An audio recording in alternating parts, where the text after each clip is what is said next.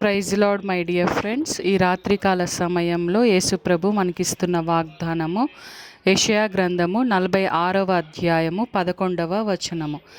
నేను చెప్పి ఉన్నాను, దాన్ని నెరవేర్చెదను, ఉద్దేశించి ఉన్నాను, సఫలపరిచెదను. ఆమేన్.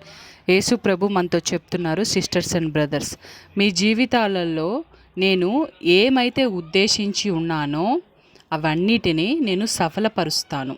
కొన్ని విషయాలు మీకు చెప్పాను, అవి కూడా నేను సఫలపరుస్తాను.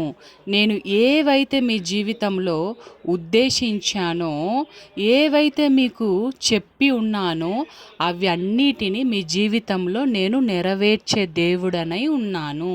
మీరు ప్రార్థన చేయండి, ప్రభువా నీ చిత్తమే మా జీవితంలో నెరవేర్చండి అని మీరు ప్రార్థన చేయండి. మీ వంతు మీరు చేసుకుంటూ ముందుకు వెళ్ళండి.